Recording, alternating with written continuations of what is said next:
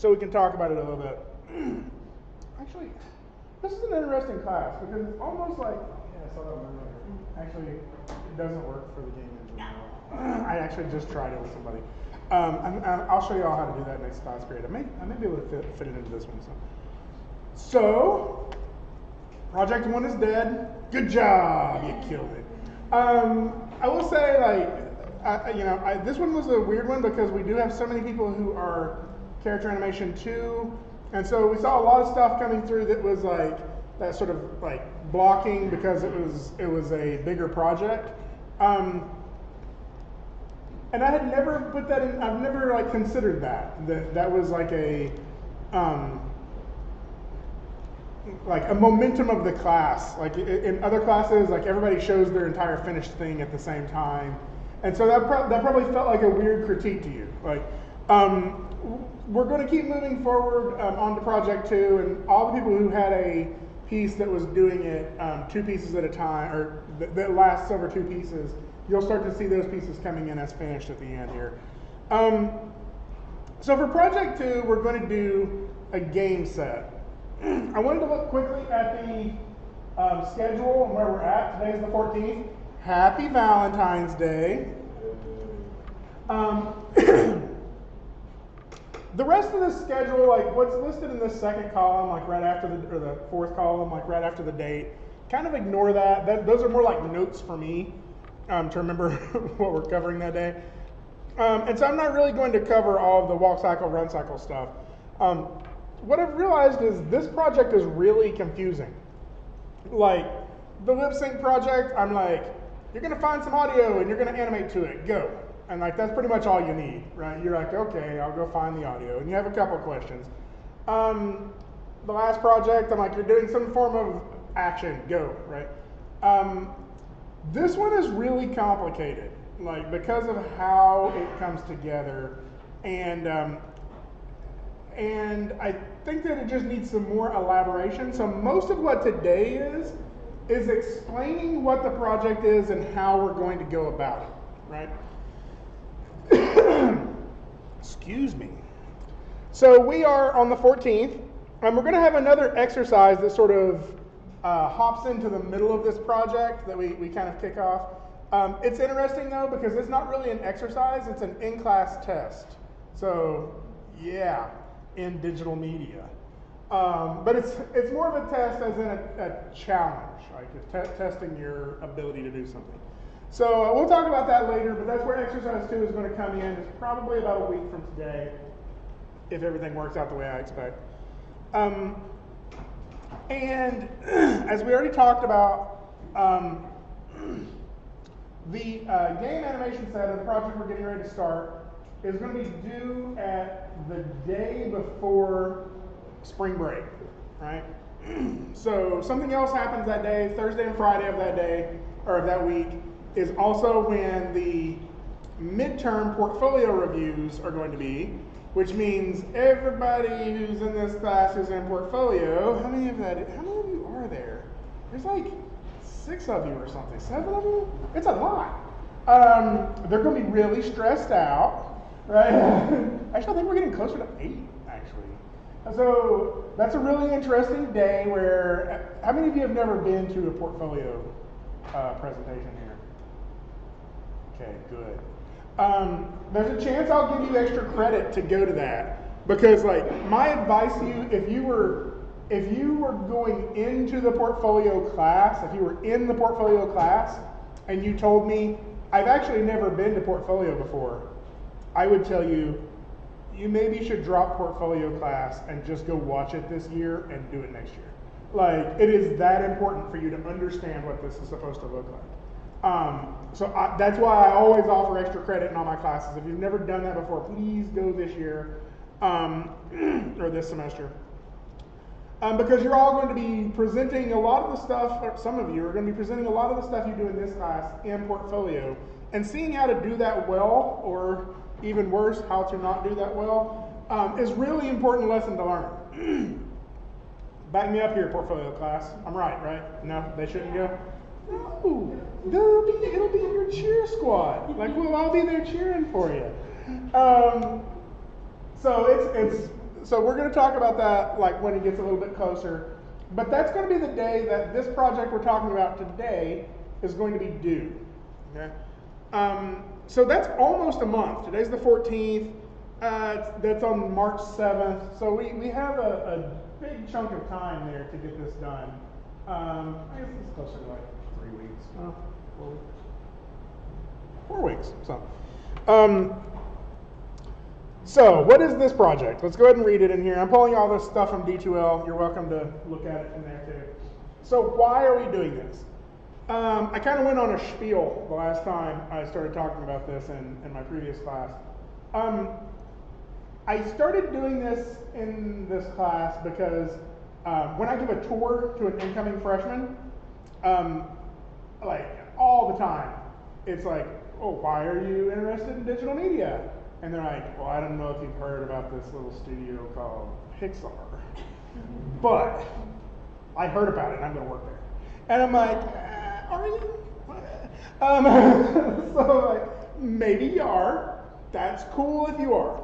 Like, but it's probably not where you're going to get hired right out of college. And sometimes that's really discouraging to people once they get into animation because that's what they're most familiar with is the big names, right? But I really actually probably need to look up statistics about this instead of just making up numbers, but I'm just going to make up some numbers. Like my estimate of this, like it's probably easily 10 to 1 the number of animation jobs in games versus film. There's just a lot of animation opportunities in film or in games because there's just so many more companies. The game industry is larger than the television industry.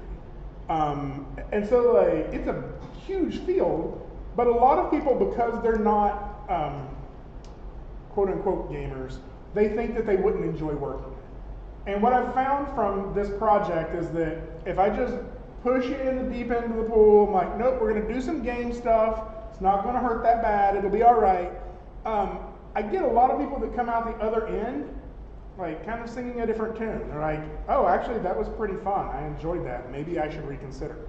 And I get a handful of people who come out the other end saying, nope, I was right, hate games, never do it again. And that's cool if that's you, but you need to try it, right? Because even if you're going into film, these animations we're gonna do, idle, run, attack, jump, those all happen in films as well, right?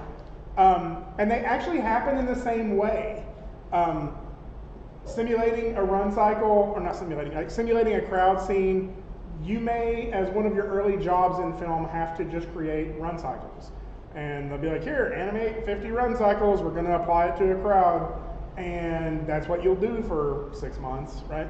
It's a very similar job. If you were to put a webcam and record an animator in games all day long and record an animator in film all day long, it's going to look like the exact same job, right? So I want to do this just to kind of open your eyes up to it. You may not like it, but you will get 4 pieces out of this. Right? This is a really quick, rapid fire. We're going to create 4 really quick pieces, and we're going to have them functioning in a game engine. So what we're doing, we're going to take a game-friendly character. We're going to create an idle animation. An idle animation is where your character is just resting, right? We're going to create a run animation, an attack animation. I chose a punch or a kick. If you're wanting to get really creative, there's probably some other options, but it needs to be kind of clear. I've seen people try stuff that didn't quite work. Like I think last year, I think Parker tried a headbutt, and it worked out okay, but he had to fight with it. Somebody else, I think, once did like a hip bump, like they bumped somebody with their hip.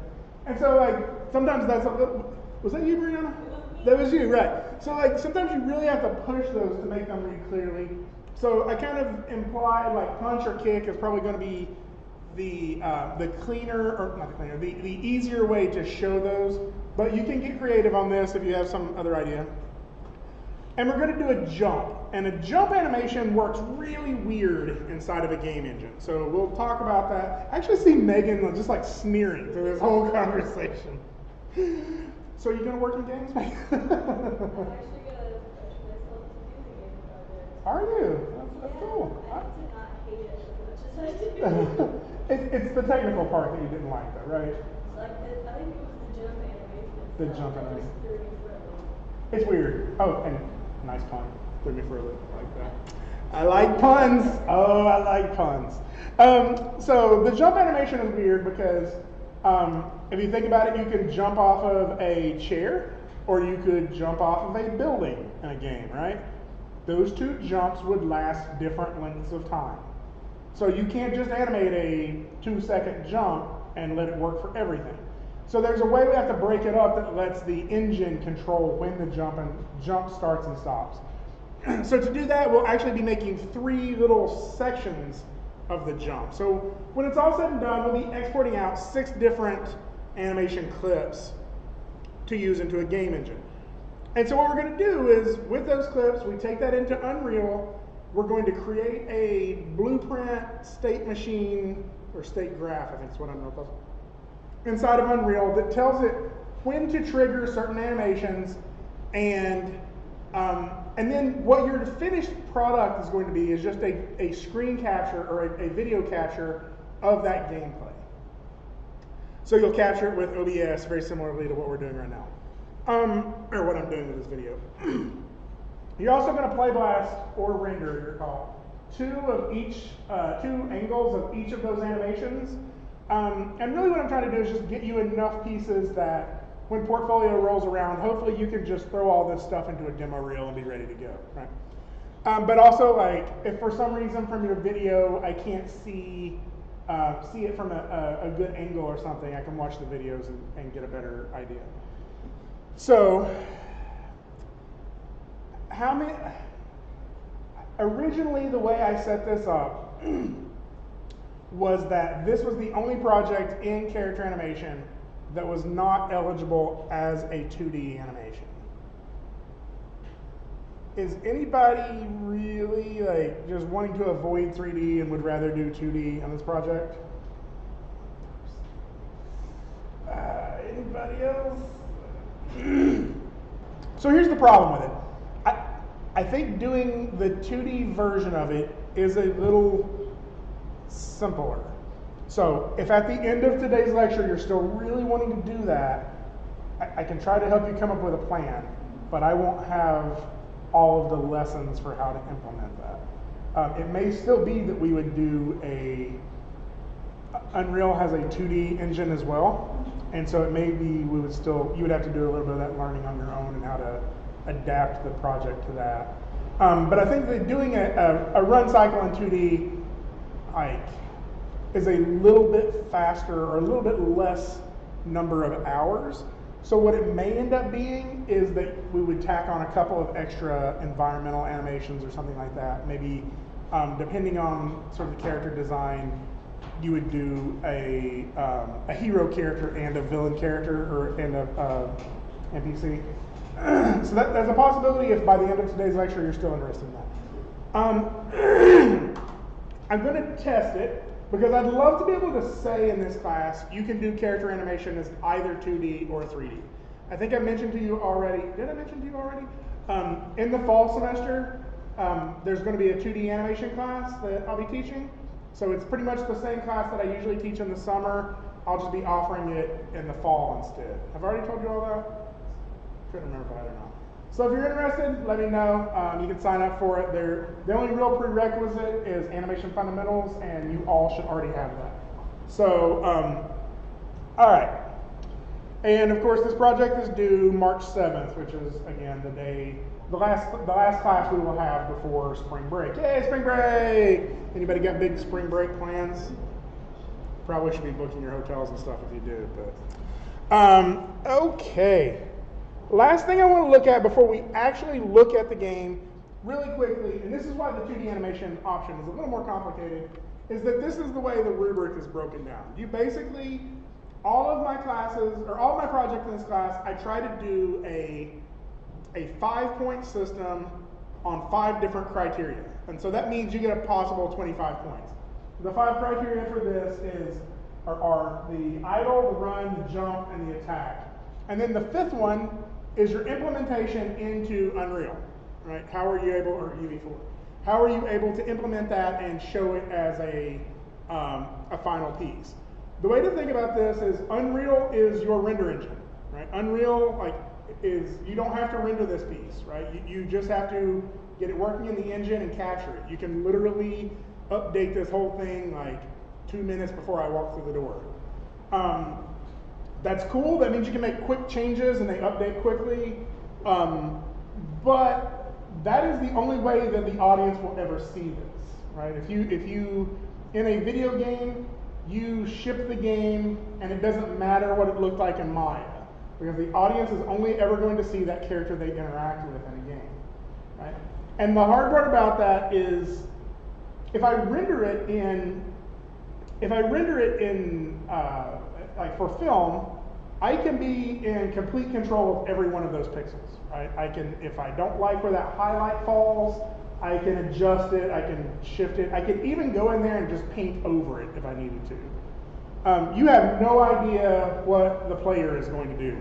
They may decide they want to play the entire game with the character running backwards or something. Like, they're going to like break it in ways that you would never predict. So really what you're doing is you're kind of like testing it. Like the same way you would test a video game, we need to be able to get all of your files into Unreal very early and see if they're working. And so that's actually what we're going to be doing in our next class. We're going to get all of our animations into Unreal. What animations, Greg? That's what we're going to be talking about today. Don't worry, you don't have to do 4 animations over the weekend. You have to get 4 placeholder animations. So we'll talk about how we're going to create those and really what you need to be able to see this. So first though, let's look at what we're actually going to be making. I have a previous project that I made for the class. This is one of the characters that you have the option to use. And if you open this up, you'll see you can kind of tumble around, right? But this is our character in an idle state. This means if I'm not touching the keyboard, I don't want it to look like the game is paused, right? I want it to still feel like the character's alive. Sometimes it's a breathing cycle, the character's just breathing. Sometimes it's got a little bit of a sway. It's really whatever the game dictates that you need. This is just an animation that says, my character's waiting on me, right? It's waiting for me to give it some input. So again, I can move my mouse to change my camera, but the default sort of setting is going to be from behind the character, because when I use either the arrow keys or WASD, I can make my character run around. Now, this is a little confusing, because the way you're going to animate this is your character running in place as if they're on a treadmill, right? So that's a run cycle. What's happening is currently my character is running in place, like they're just running there in place. Unreal is moving that whole character around the scene while they're running in place. And so what we get is this effect that the feet are lining up with the ground. That is a challenge that you'll have to overcome in this, because foot sliding is very common in games. We're going to try to minimize that as much as we can to make a high quality piece. So the cycle is just going to be those 2 run steps, right? And we're going to wire it up to where whenever I hit W, my character can run. So again, you can see it from here. If I run them sideways, you get an idea. I can run them toward my camera. I can even run them kind of at angles. Right? And so as you can see, like if I wanted to watch the entire game like this, I could, right? Like you can never really predict what your player is going to do. And so because of that, we have to make sure that this looks good from all angles. The other thing that we can do is if I tap the space bar, my character is going to jump. Okay? So again, this is broken up into 3 pieces. The first piece is the character pushing off the ground. Okay? And that means that this is, I call it the character, or the jump up, right? So this is the character getting up into the air. Now, we don't know how long that character is going to stay in the air. Because if I jump from this location, it's a certain length of time. But if I hop over here and jump from this location, he's up in the air longer, right? And so we have to be able to transition from this jump up into a looping idle. So imagine your character just floating in space forever. Did anybody watch Bill and Ted's Bogus Journey? Who has not watched Bill and Ted's Bogus Journey? Don't make me turn this car around. Oh my goodness. You need to watch it. Oh, you need to watch it. Because they're going to make a third one. And I'm really excited about it. Anyway, there's a scene in it where they're just like falling forever because they died and they're like falling. Anyway, it's like that. Like your character literally can fall forever. You need to make an animation that if they were falling forever, it would cycle in this like neat loop. And then the last animation is them hitting the ground, right? Unreal can calculate when your character is actually going to strike the ground. It's like, okay, we're going to hit the ground in like half a frame now or half a second.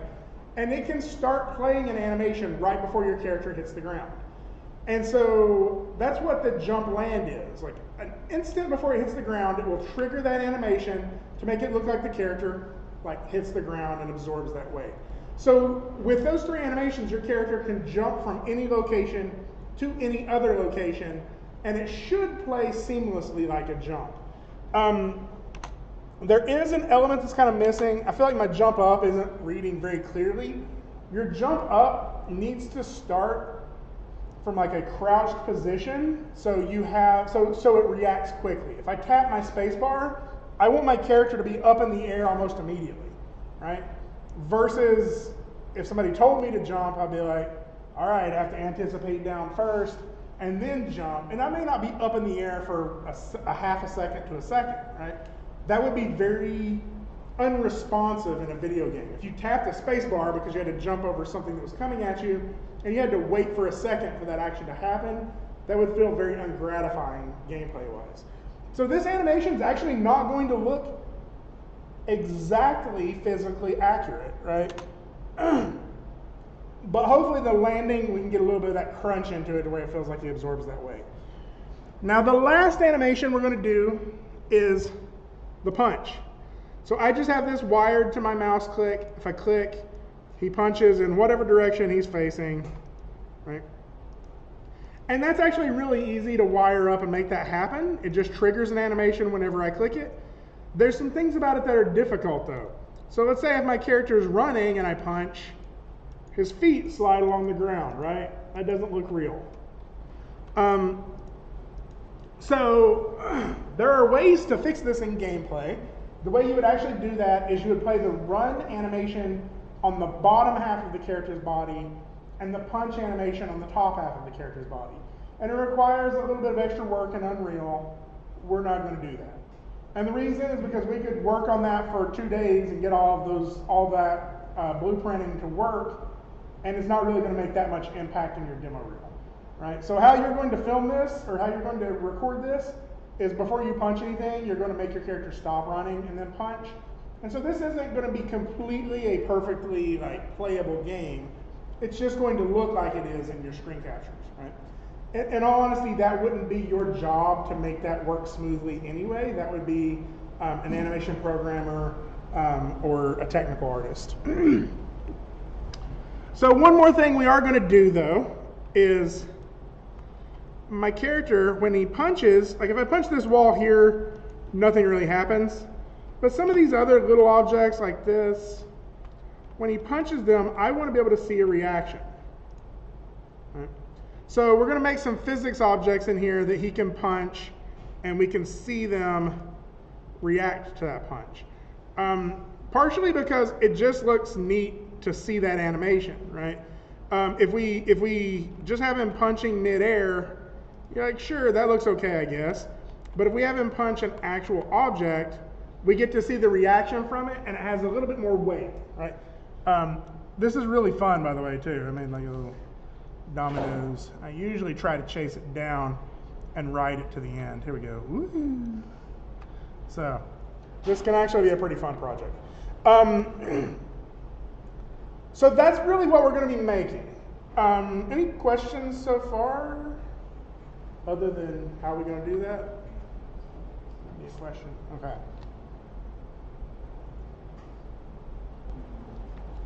So, let's look at the characters really quick.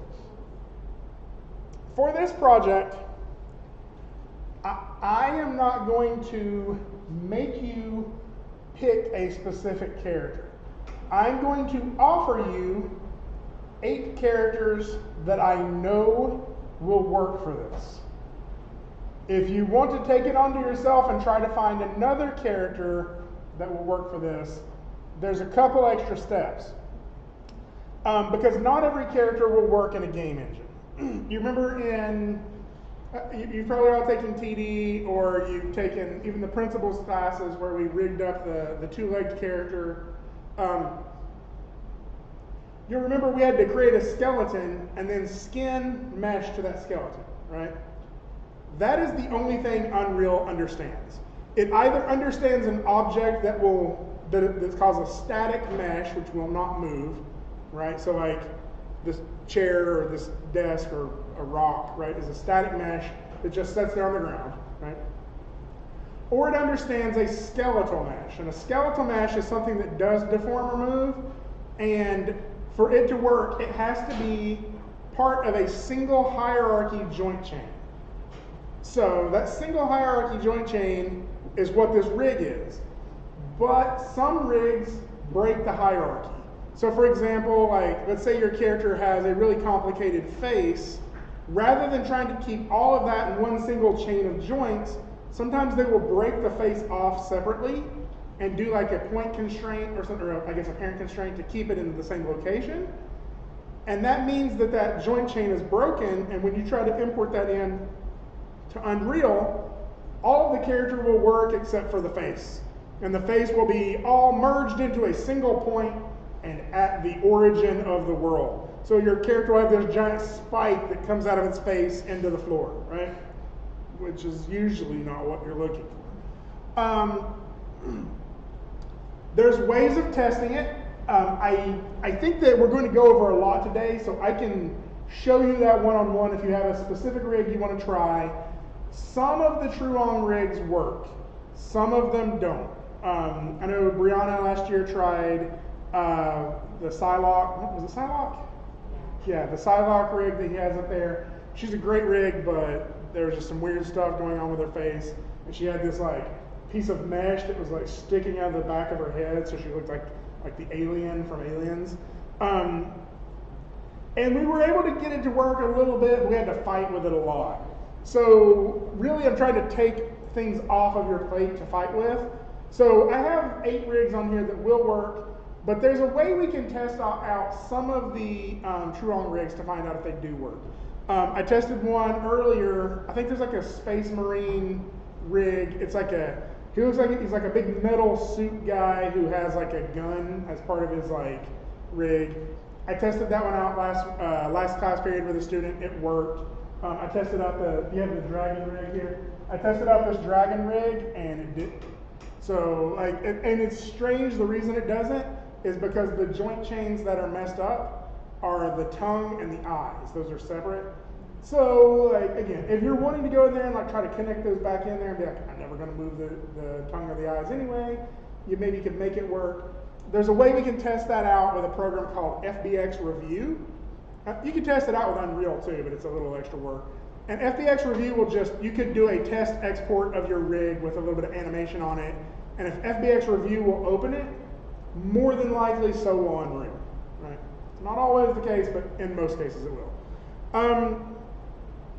Okay, so the ones that I'm providing though are actually already up on the network. If we go to our resources folder, so we got character animation resources. It's this game rigs folder right there. I've actually already copied mine to the desktop. So I'll show you kind of quickly. There are 2 folders in here because I've made 2 different sets of rigs for my classes in the past. The first one was a series, this body mechanic, I'm sorry, let's go back to the game characters rig, is a series of characters from Autodesk Character Generator. It's an online platform thing that you can use to sort of push and pull features. You can make people skinnier, more muscular, have different sized noses, whatever. And I generated a couple of sort of trying to find some generic, maybe generic's not the right word, some all-purpose characters. This is a couple of examples because I made some changes of what they come out looking like.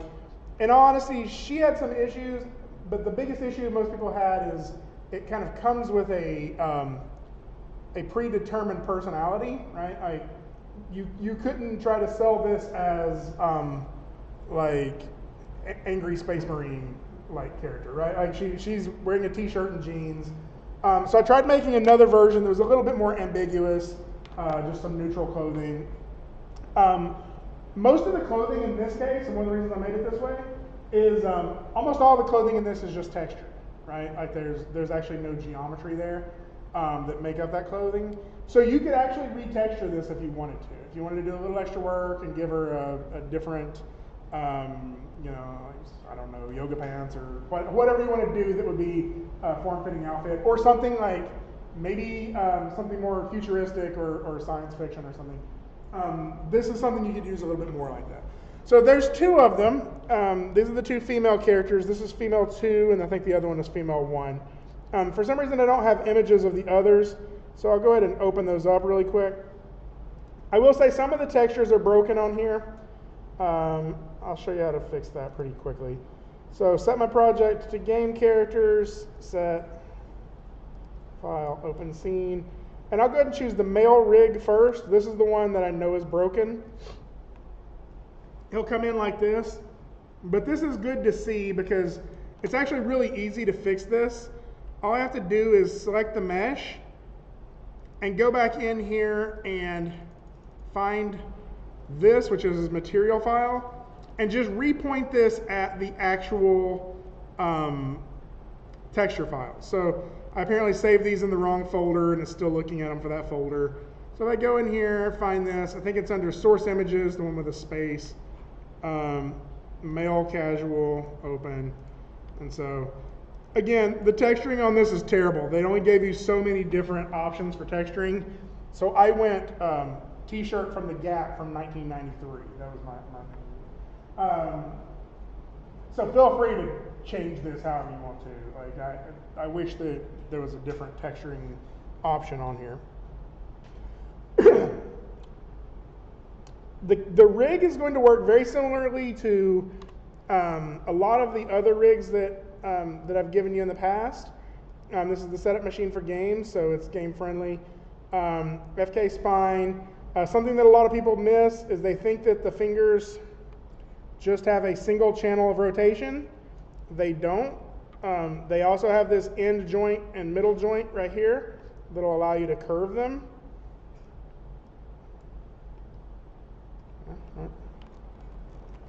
So there's a handful of different ways, no pun intended, even though I like puns, but there's a couple of different ways of manipulating the hands there. A lot of times when you can't figure out how to get something to work, check the channel box. Sometimes there's a channel in there for that. The third character in this, or the fourth character in this set, is this bulky male rig.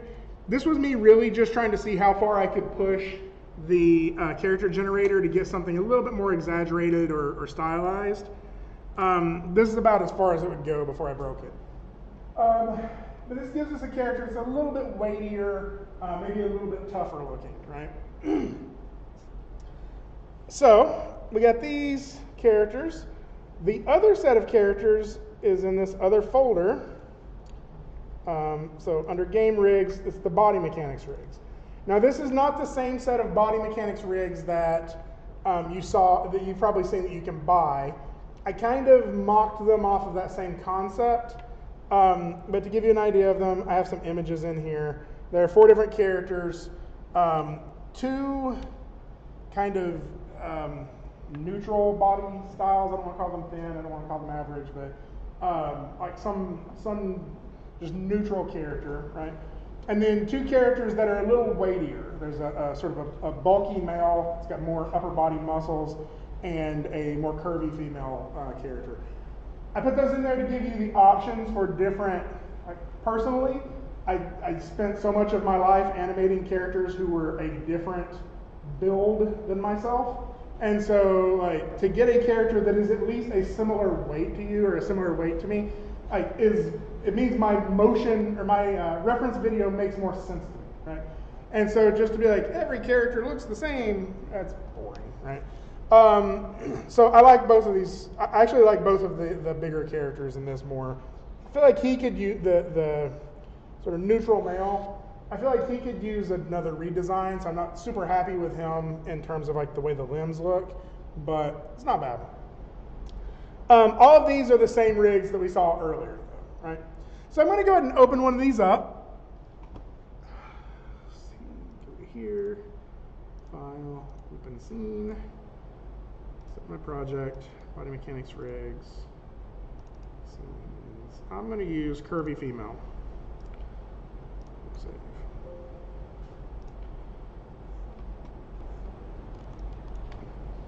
Show, turn off, none.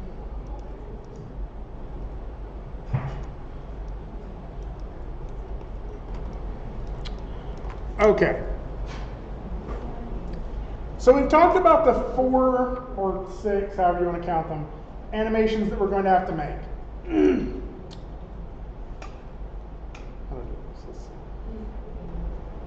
So where this gets complicated is that Unreal is the one who's going to be in control of when and how these are played, right? So we're going to export out the different sequences as individual sequences. Some of them have to start in specific poses, some of them have to end in specific poses, and some of them have to some of them have to have specific elements to them. So what we're going to do is, before we can really even see how this is going to function, we have to get it into Unreal and working, right? Unreal is where we test it. So I can watch it all day long in Maya. If I can't make it look like that in Unreal, then it's incomplete, right? It's not finished.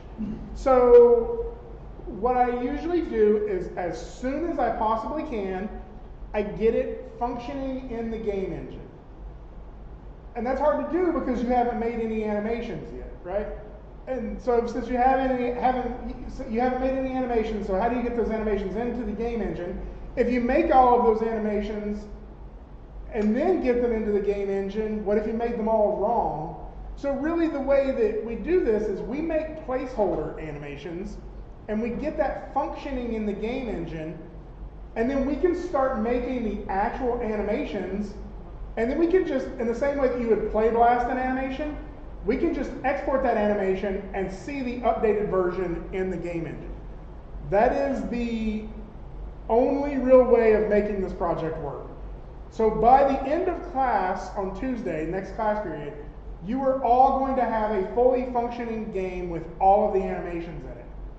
The animations are just going to look terrible, right? That's okay. That's how this should work. Then what you do is you start working on the idle animation. You make the idle animation look better, you export it, and you're done with that part.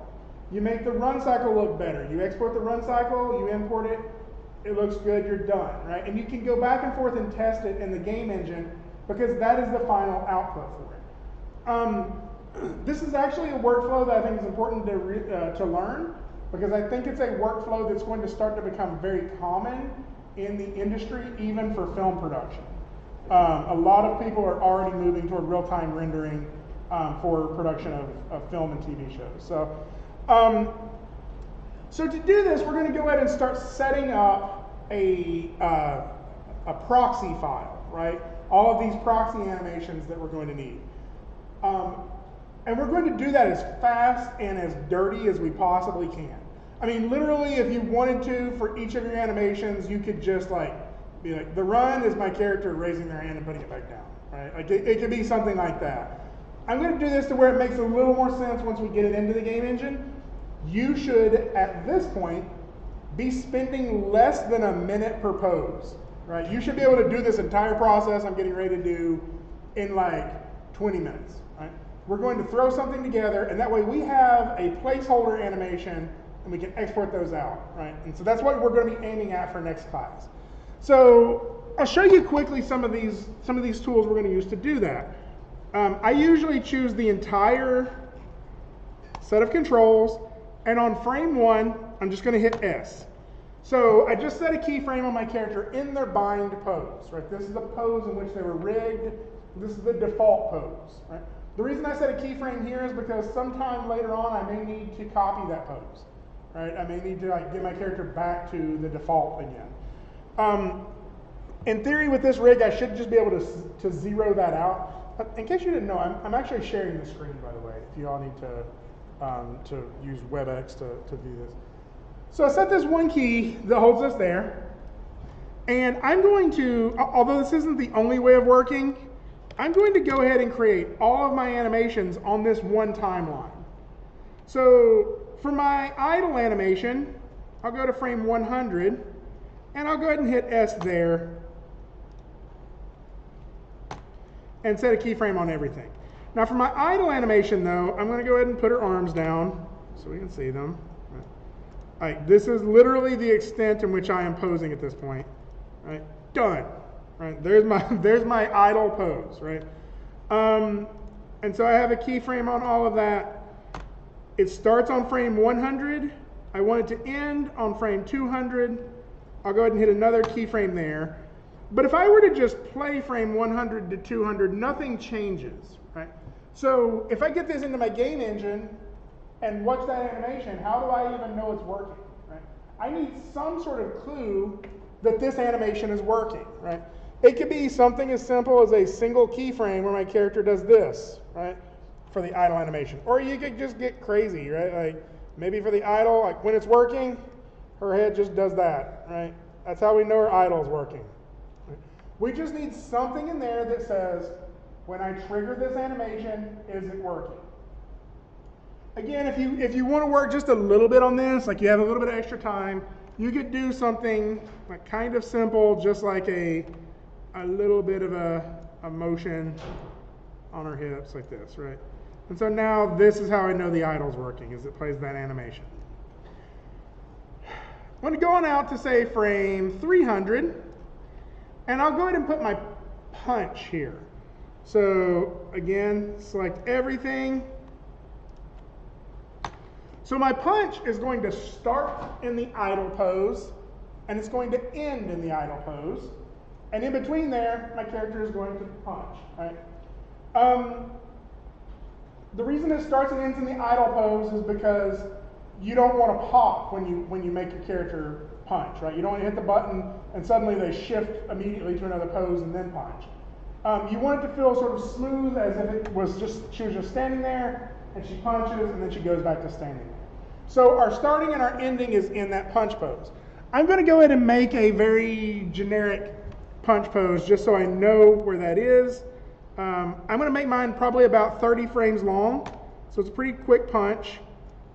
And 315, I'll go ahead and maybe scoot that foot forward, get this base forward. And I'm just getting like a quick pose that says, that's a punch.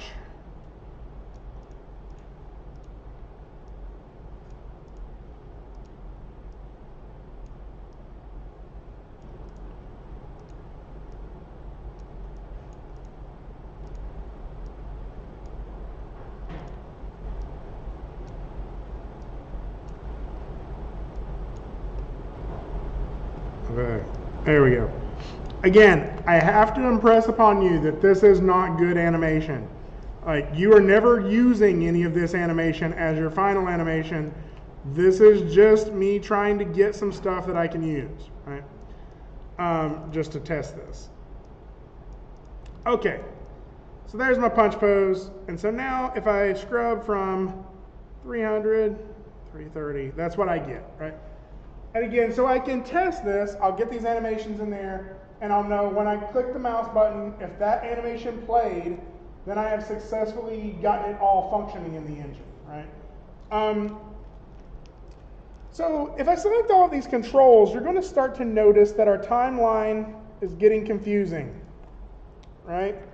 I got this frame on frame 1 that's my holding my neutral pose, or my bind pose.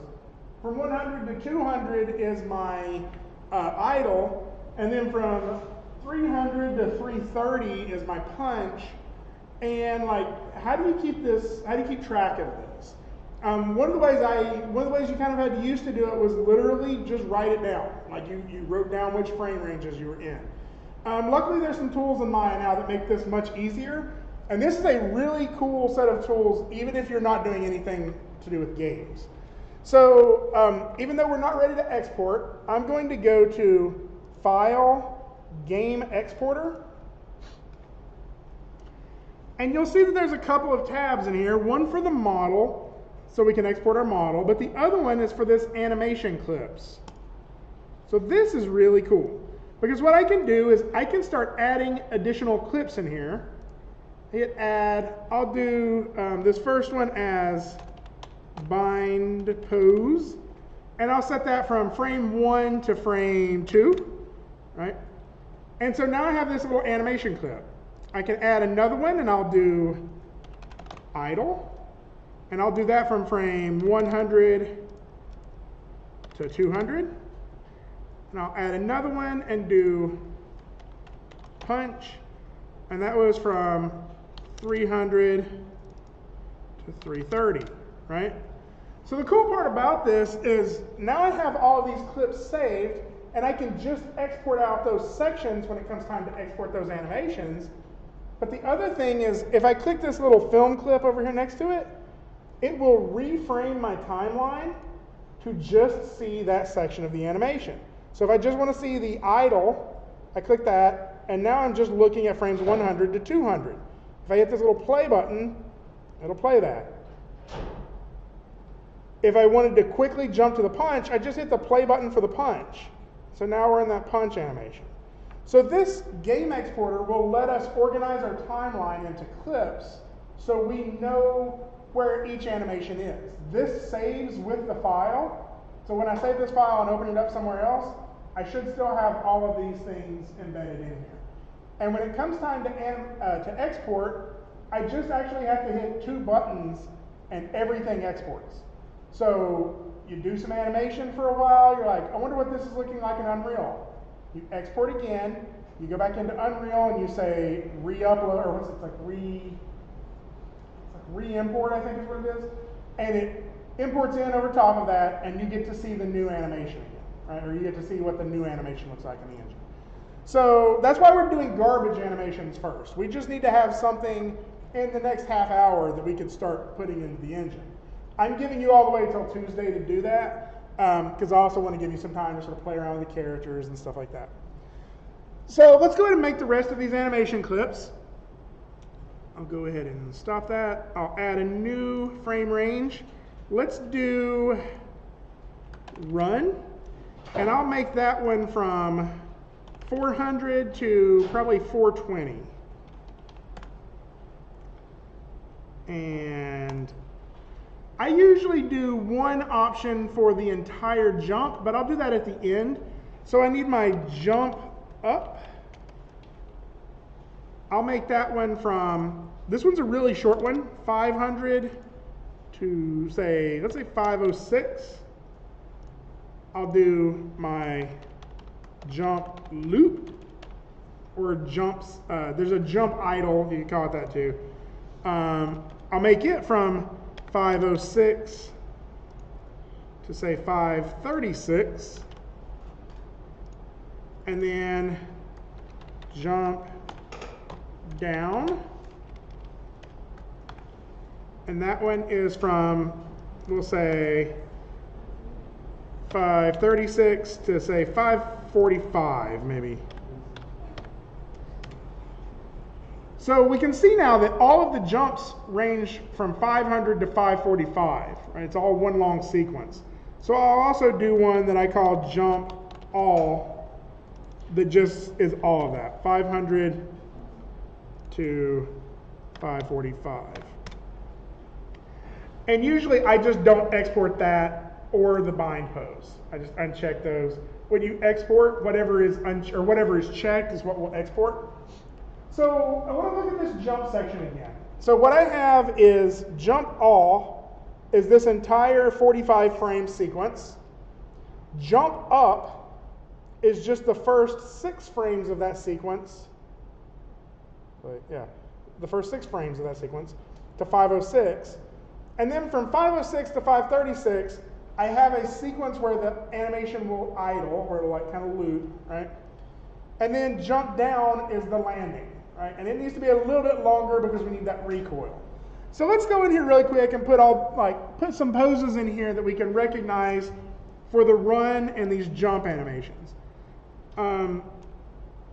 So if I go to my run animation, a little bit differently than that, if you look at the, pull this up really quick and we'll search it. If I search run cycle and go to the images, right? You'll see that it usually starts on this contact pose. And in fact, when we do a walk cycle, we usually talk about the contact pose as the first pose. We're actually going to start this on frame 3, which is really more of your down pose, right? The reason for that is because the down pose is the pose that is most similar in a run cycle to where your idle pose is going to be. Okay? So our animation is going to blend from our idle pose to our run animation, right? And I don't want it to have to blend all the way to that contact pose where the legs are stretched out. I just want it to blend to the down pose. And if I do that, then it's going to transition a little more smoothly into that run animation. So to do that, I'm just going to start my animation with the down pose. So for my little scratch files here, my little proxy files, I'm just going to do a quick down pose. So I'm actually going to scoop both of the feet in toward each other a little bit. Sometimes this is helpful to have the grid on, just so you can kind of see where stuff is. I'll push her down just a little bit.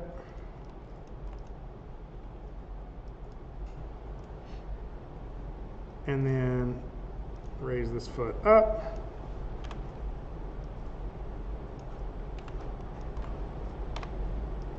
That's literally all I'm doing. Right? That's as far as I'm going to go. Maybe that.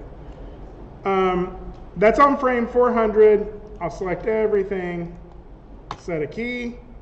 I also need frame 420 to be that exact same pose because the cycle is going to loop. Frame 410 is just a mirror of that pose. So I'll hit S. I can just sort of zero out this foot entirely, shift the character's weight over, raise this up.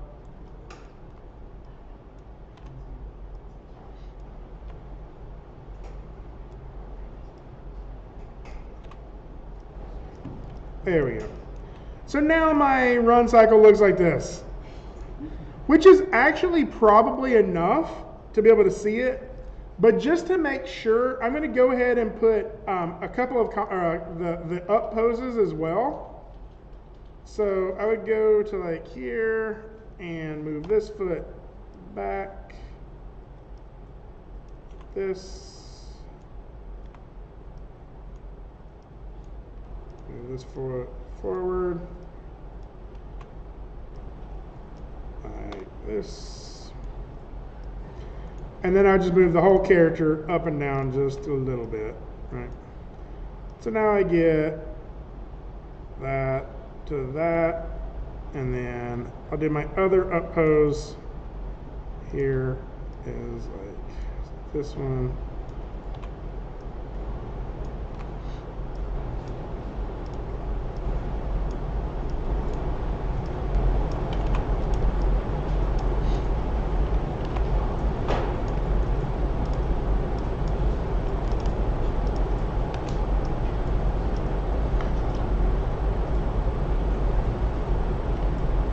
Okay, there we go. So that's my run cycle. Ready? There we go. Watch her go. I'm practically finished. Okay.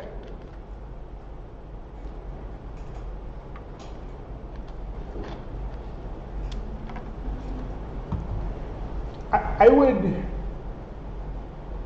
the jump animation is one of the 4 animations, but I would venture to guess that most people struggle with it, like 50% of the struggle you're going to have with this project is probably 50 to a third, is going to be with that jump animation. It just doesn't make sense at the beginning. Once you've gone through the process, you'll be like, oh, I guess I kind of get that now. But it's really confusing. Again, what we have is this jump up animation. Right? So if I go to jump up, this is my character going from, when I tap my space bar, this is my character popping up in the air, right? So first, let's just figure out where this is going to end, right? Now, let's go ahead and figure out where this is going to start first, I guess. Where it should start, if you thought about it logically, would be in the idle pose. But if we did that in the idle pose and I hit the space bar and had to wait for my character to anticipate down and push up, that would take too long.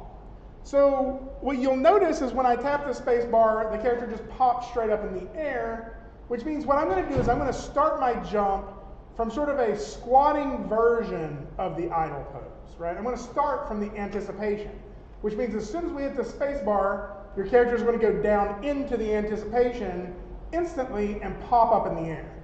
So it's like a really fast anticipation to it, right? So to get my idle pose again, I can go back to idle, grab all these keyframes, right click, copy, and then I'm going to go to my jump up. I'll go ahead and paste in my idle pose, and I'll start from sort of a squatting version of this. Let's try like that.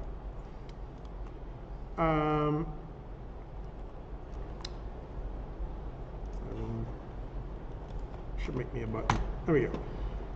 So somewhere in the space of I would say probably 2 frames, I'm going to have my character push off the ground to jump up in the air.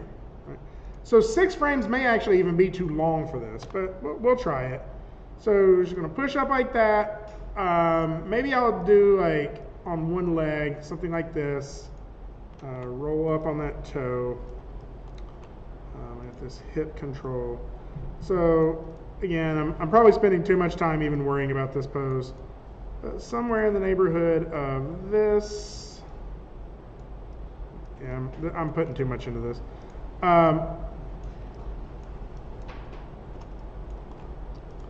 Just to get an idea.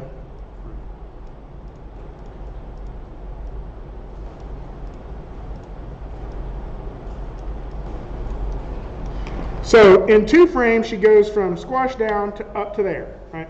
That's really fast. If you watch how that plays out, right? And then from there, we need her to come up off the ground into the sort of floating pose, right? The falling forever pose. So here's where this, again, gets kind of complicated. Unreal is the thing that is going to actually take your character up off the ground. When you tap the space bar, just like how we were running, Unreal was moving, like sliding the entire character around while the character was running in place, right? What's going to happen in this is when I hit the space bar, Unreal's going to play that animation, but then it's going to pop the entire character up in the air. So if I make the character jump up in the air too, that means she's actually going to be higher than her character's height. Does that make sense? Like, she's going to be like bumping into things that are underneath her. And so that's not going to necessarily work.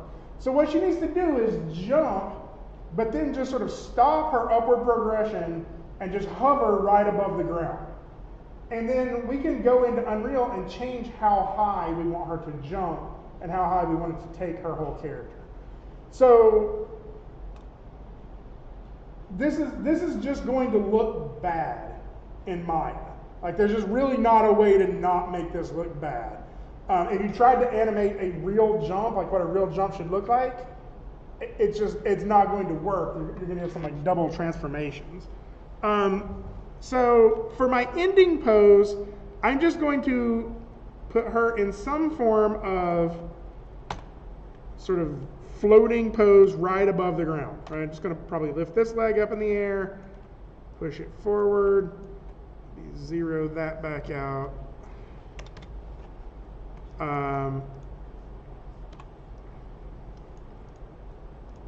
Keep her something like this.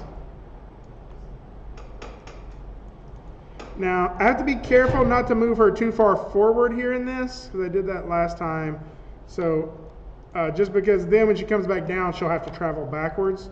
So I'll do something like that, and maybe on this push up, I'll go ahead and have her jumping straight up too. Really? Bless.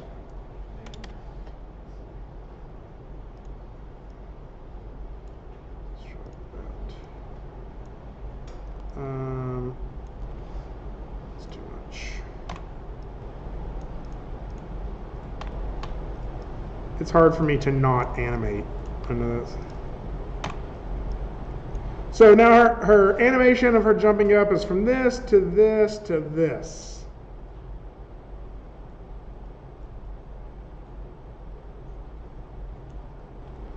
I'll probably scoot that forward just a little bit more. All right.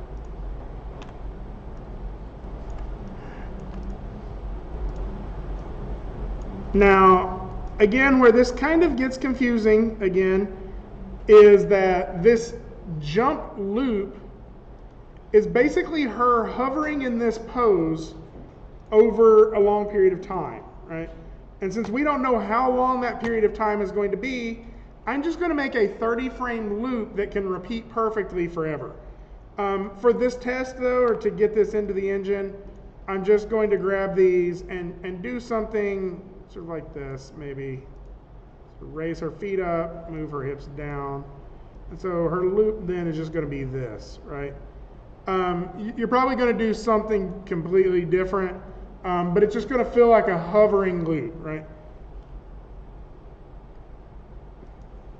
Okay. Now the jump down is just going to be her going back to the idle pose. So to get that idle pose, again, I can go back to idle, copy everything.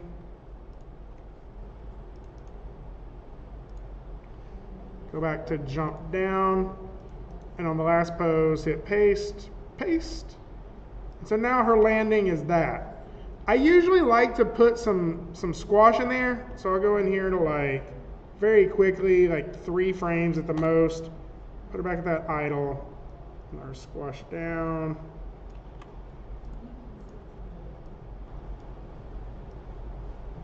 And maybe right before that, go ahead and get her feet contacting.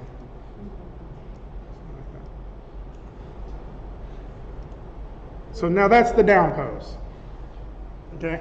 Actually, like, this is really weird because the jump animations, like, this is literally, what is this, 10? This is 9 seconds long, or 9 frames long. Like, how much polish are you actually going to do in 9 frames, right? Like, this is probably not even that much different than what will actually end up in the animation, except I'll push the poses.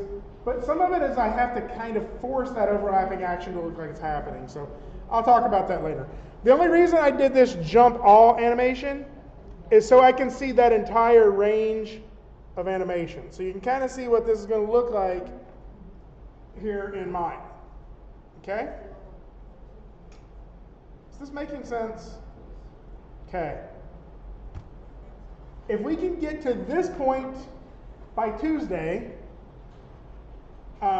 Tuesday will be a much less painful class. Notice I didn't say it would be pleasant. Most people don't get into animation because they like tinkering around with a lot of technical little it's kind of like coding without actually having to type anything. Is what it will feel like. Some of you will though. Some of you will be like, "Oh, this is actually really cool. I kind of like this." That's cool. That's a job. That's called a technical animator or an animation programmer. Like if you like this, like when people advertise for a technical animator, they get fewer applications than when they advertise for just animator, right? So this is a part of it that is a little more,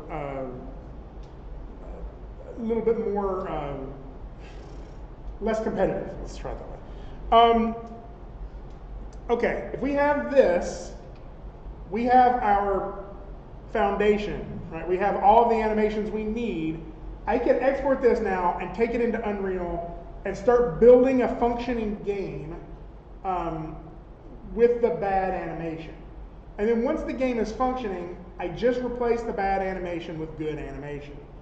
I think the part where this sometimes falls apart, and I'll kind of warn you about this is not the first pass of good animation. This is just the placeholders, right? Every one of your animations should get the same amount of detail or the same amount of attention as the big piece you just finished, right, for project 1. You're going to think entirely about the pose and all of those things.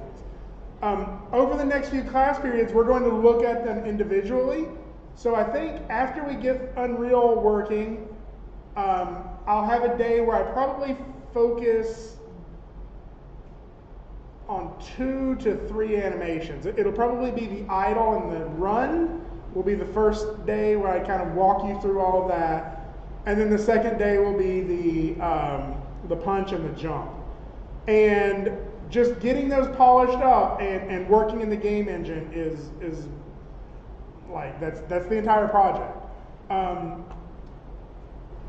This is really hard the first time, but like once you figure out all of the details to it, it's something that I could probably do this entire thing in a day, right? If I had an 8-hour day, I could do all 4 of these animations and get it functioning in the engine. It's hard because it's the first time, right? And if I could give you any advice at all, it's do not leave this room on Tuesday without a functioning Unreal game, right? That is probably the biggest reason I see people fail this project. Because once that is working, all it is revision. Like we can pretty much get the first pass done. All it is revision from there. So that's what we're going to work on in class, next class period.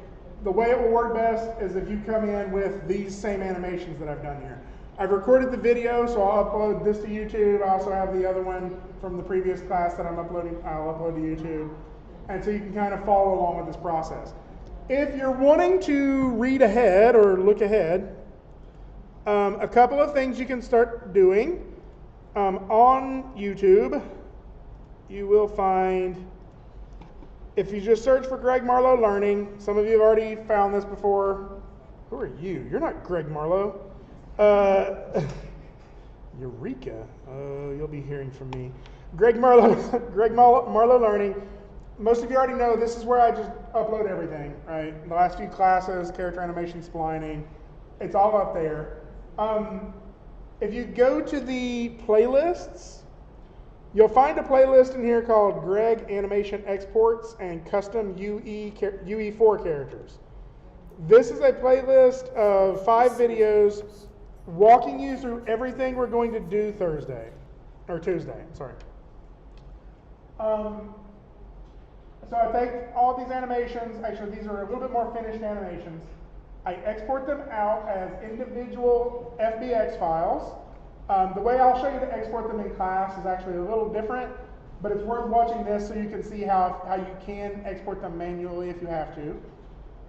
This was before the game exporter existed when I made these videos, so they're a little old. How old are they?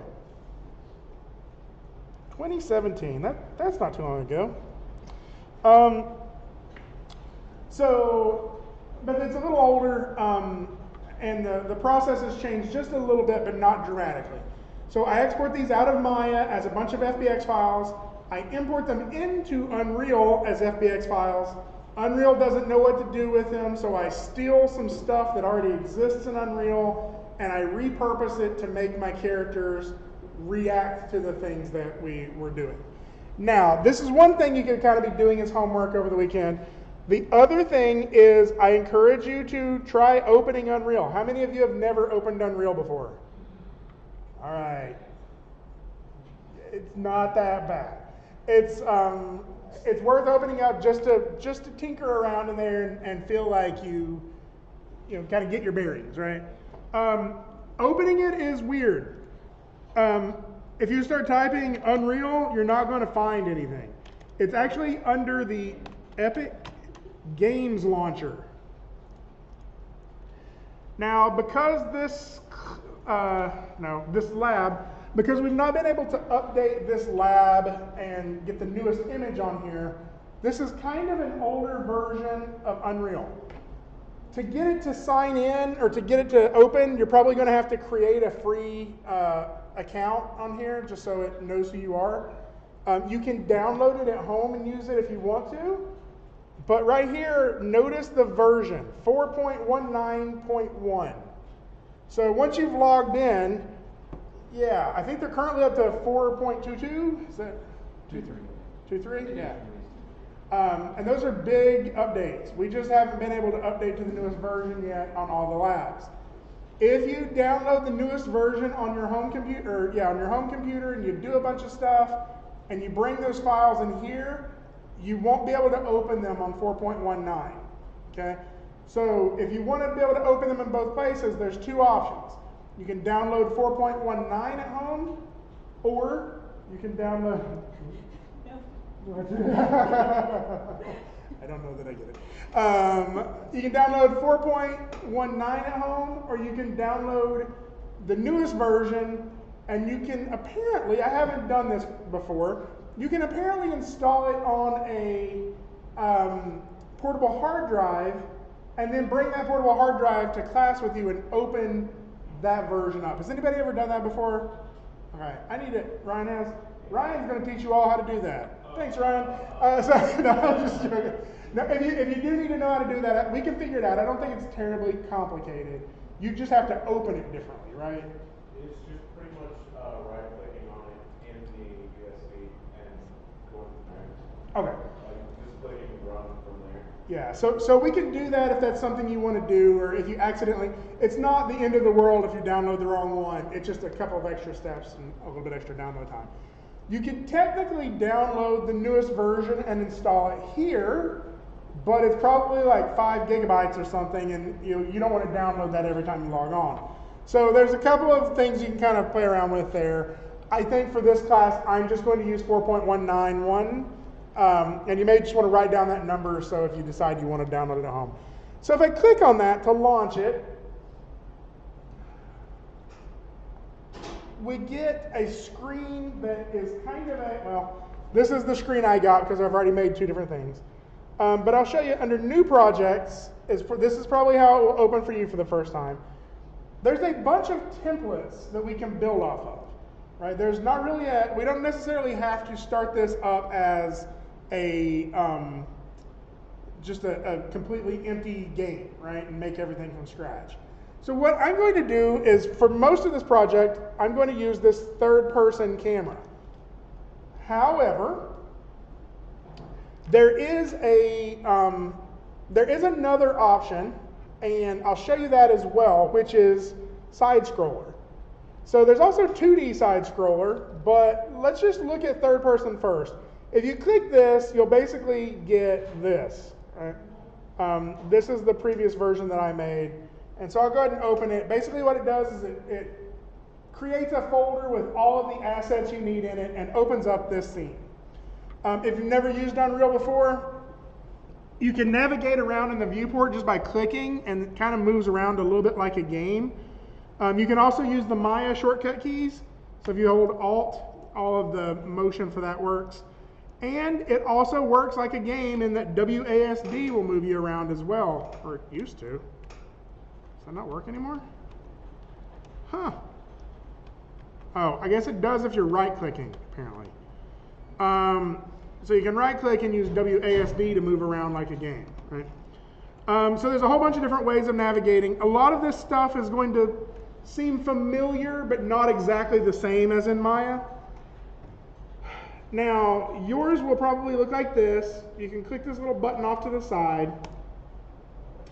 And under mannequin and animations, these are all of the assets that are in our game right now, right? All the assets we can use. So some of these aren't actually in here yet. Like I could drag this cone in here. Now I have a cone in there. But some of these assets are the animations that already exist for this third-person character. So this is a fully functioning like little level that you can play. If you hit the play button on this, it goes into this game, and I can tumble around, I can run with this character, I can jump with this character, and I can't punch though. He doesn't have a punch animation. So if I hit escape, I can get out of that. If I go down here to this animation folder under mannequin, you can see all of the animations that have been exported into the game. So for example, if I choose third person idle and open it up, you can see the idle animation for this character, right?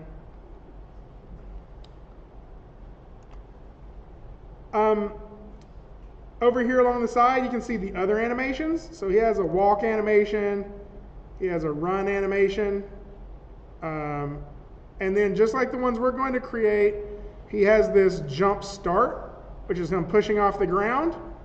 You can see that theirs is 14 frames long. But they have him kind of pushing backwards and going up. And then there's this jump loop, which is him floating in the air.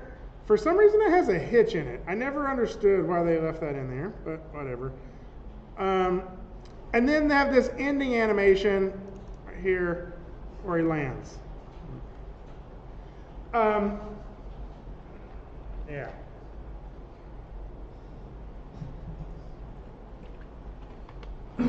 All right.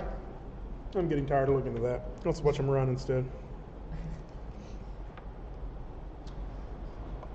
So this is basically what we're going to be doing is we're going to import our own character in here. We're going to animate, or we're going to have our character animated, so we're going to import our own animations in here. But then we're going to steal this guy's functionality to make our character work. Okay? And then we're going to tack on a couple of extra things like making the punch animation and making the punch animation actually interact with physics objects.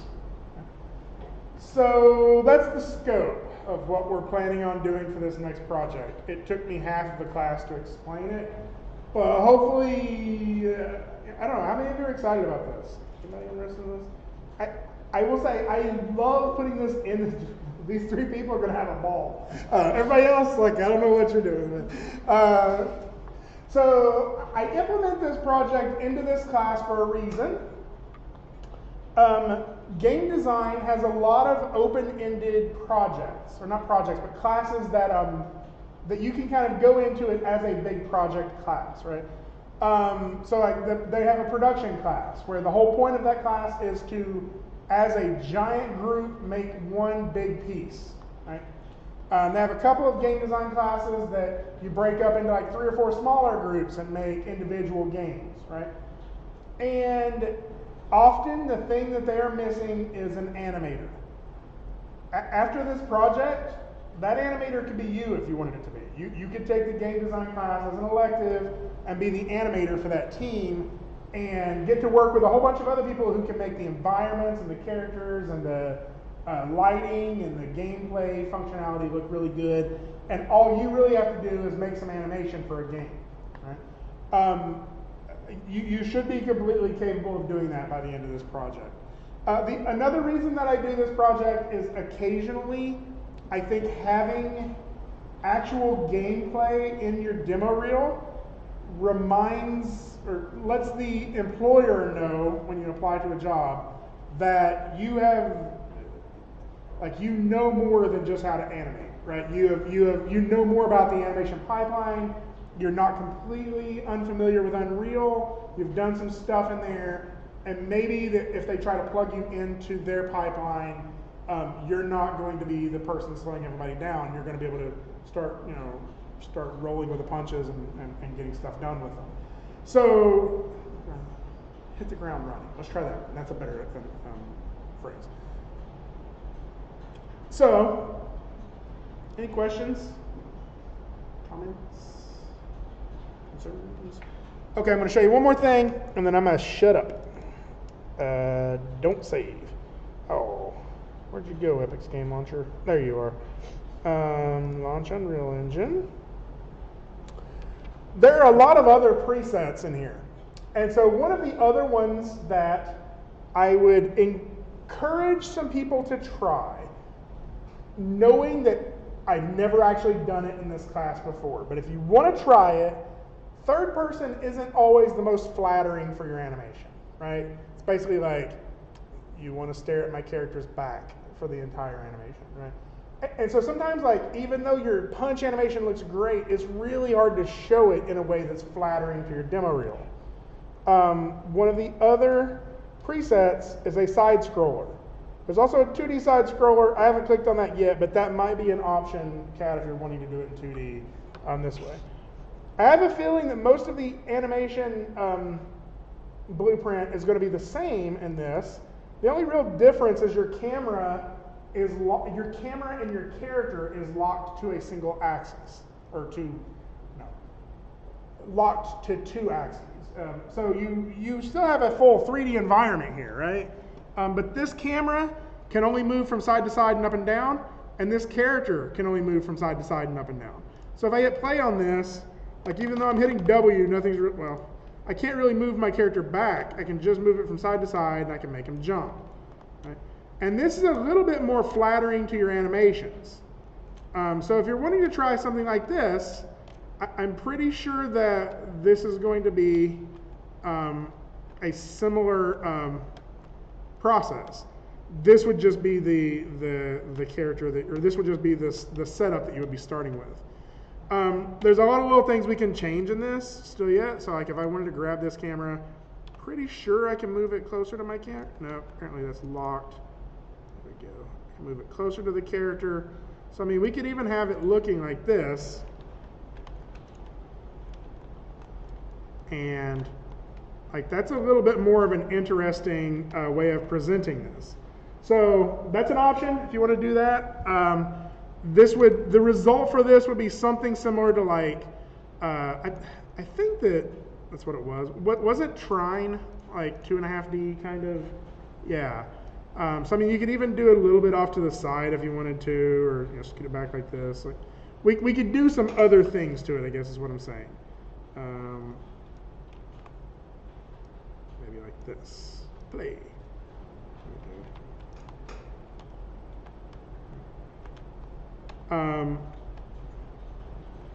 So, if anybody's interested in that, I'm pretty sure the process, I will reiterate, pretty sure the process is exactly the same.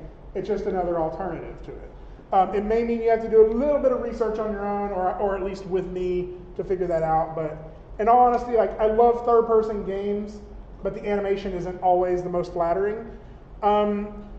There's some other options in here too. They have a sort of a top-down game, so you could try that, or we can look into the 2D game. I think there's some extra stuff we would have to learn on that to make that work. So, questions, comments, concerns? All right. I'm going to shut up and let you have the rest of the class. If you're still looking for characters, if you have any questions, if you're hungry, if you want to watch YouTube videos, whatever you want to do, class is yours, and I'll be around if you need any questions. I will say, I'm going to show you next class period, but just because I've dumped so much stuff on you today, it may be coming a little late. I may try to make a video for it and email you how to use the FBX review to, it's a free software package you can download. It's really small, called FBX Review, to test your rigs to see if they will work in a game engine. And I've made a note to myself to make that video. It really just depends on whether I actually get enough time to make that video. So I'll try to see if I can do that tomorrow, but if I don't get to it, if you have a specific rig, that's something else I can help you do right now, is test that out. So, all right, cool. I'm gonna let y'all have it. Let me know if you have any other questions. Let me stop this video real quick. Where's my mouse? Oh.